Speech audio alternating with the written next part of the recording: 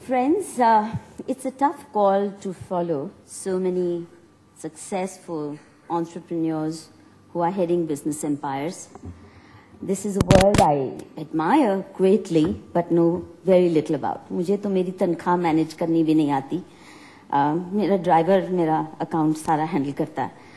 But I honestly am in awe of people who can handle money, generate wealth, and therefore it's a humbling task. And before I start, I would like to apologize in advance for striking a slightly discordant note. But I come from the world of problem solving, or looking at problems that we are facing, that India is facing today.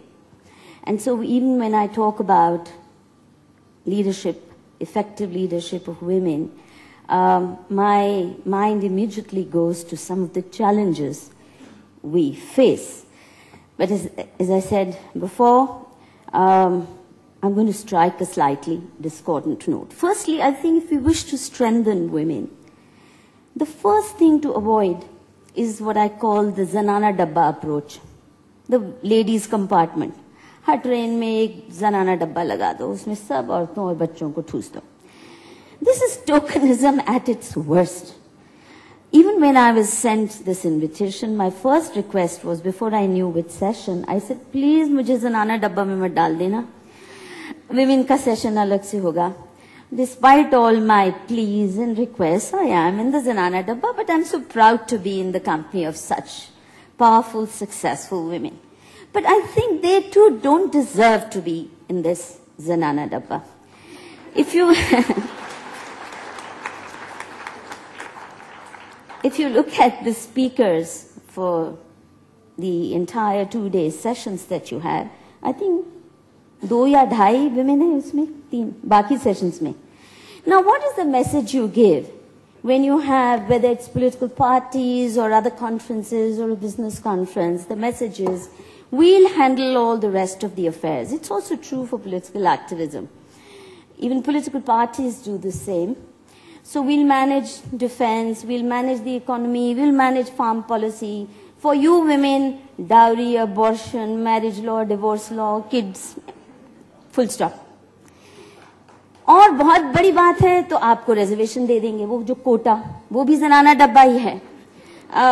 Rotational hoga, women will fight only other women.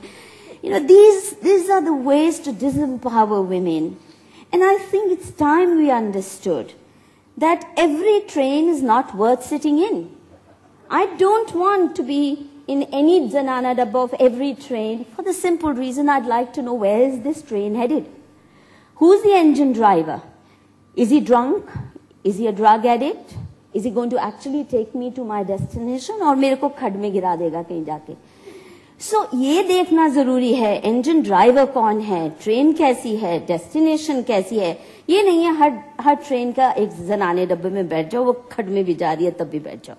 That kind of politics, I think, is not acceptable, which is why I'm one of the very trenchant critics of the women's reservation bill. Not because I don't wish to see more women in public life, in policy making, in the parliament, but I don't want the quota route, and certainly not the Zanana Dabba route. Affirmative action, yes, but not quotas and all the rest that we've gotten habituated to. Now, another thing from the world that I'm coming in, I think, as someone who started her, apart from teaching, and I'm a professor at a research center, but my labor of love has been activism on a range of issues to do with strengthening democracy in India, to do with strengthening the culture of human rights, women's rights in India. And since I started very early, I'm witness to a lot of changes, and I'm going to share with you some of the things that concern me deeply or sadden me deeply. In the last 20-25 years or so, we have seen the emergence of a new kind of public figure and political leader outside the political party framework. And almost all of the leading activist voices, political voices outside political party framework today are incidentally and not coincidentally connected with or emerging out of a hothouse growth called NGOs, almost all of who are propped up, funded, supported, backed by international donor agencies. And the reason I call them hothouse growths, and the feminist or women's activism or environmental activism that's coming out of them as artificially imposed leadership is that the very same people who couldn't collect 100 rupees from their own neighbors for their activism, उनके भाई भतीजे चाचा चाची उनको 100 रुपए नहीं देने वाले, उनके पड़ोसी उनको 20 रुपए का डोनेशन नहीं देंगे उनके एनजीओ के लिए, but suddenly they are flush with funds, they get hundreds of crores, and they set up these vast bureaucracies called NGOs. They used to be called VOs, then they became NGOs. Ab wo CSO ban gaya. I'll talk about that in a minute.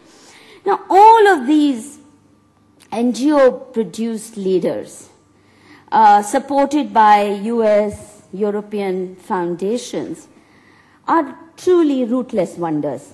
Because if this money were to be withdrawn, ढूंढे नहीं मिलेगा.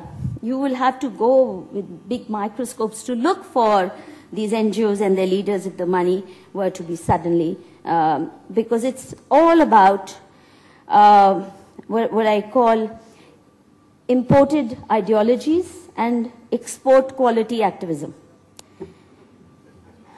सती देवराला में होती है एक बेचारी रूप कमर की, तो देवराला में कोई नहीं जाता है, सीधे कोलंबिया यूनिवर्सिटी, स्टैनफोर्ड यूनिवर्सिटी में कॉन्फ्रेंसेस करने लग जाते हैं देवराला की सती पे. भाई वहां जाइए, पता तो कीजिए हुआ क्या था. सती थी, मर्डर थी, सुसाइड थी, वो भी जरूरत नहीं है. थियरी पे थियरी झाड़े जानी है और एक्टिविज्म शुरू कर देना है. Now they used to at one time, you know, when I started my life as an activist, they used to be at that time called VOs, voluntary organizations. And then many of us said, you know, what's so voluntary about you? You take huge salaries. These days, actually, they get better salaries than you guys do in corporate sector.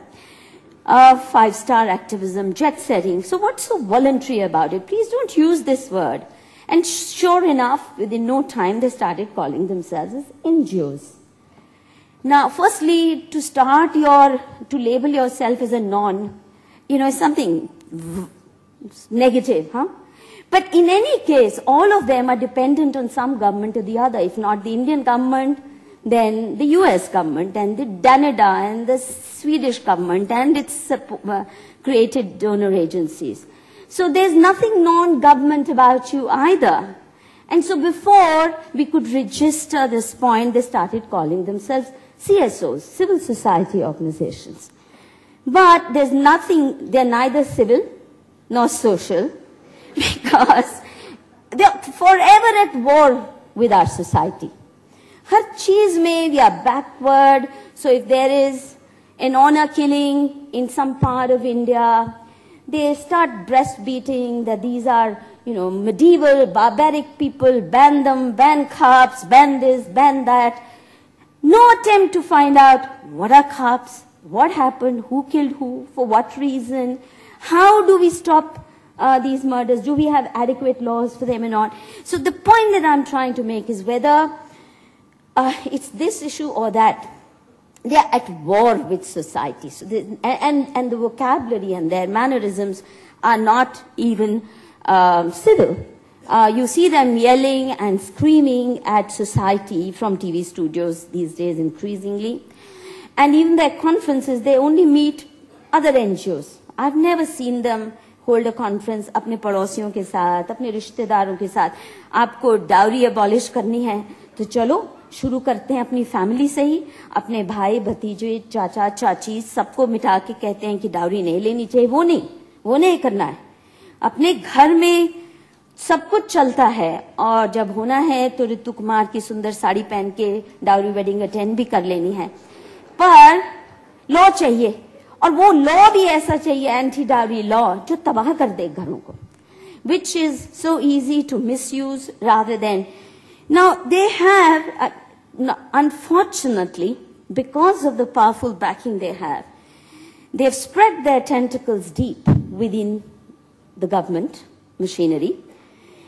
They are the ones sitting in the Law Commission. They are the ones sitting in various policy-making bodies. Luckily, not so much in the Finance Ministry, so you don't suffer them as much, except when you invite them at Davos to lecture to you about what's wrong with India.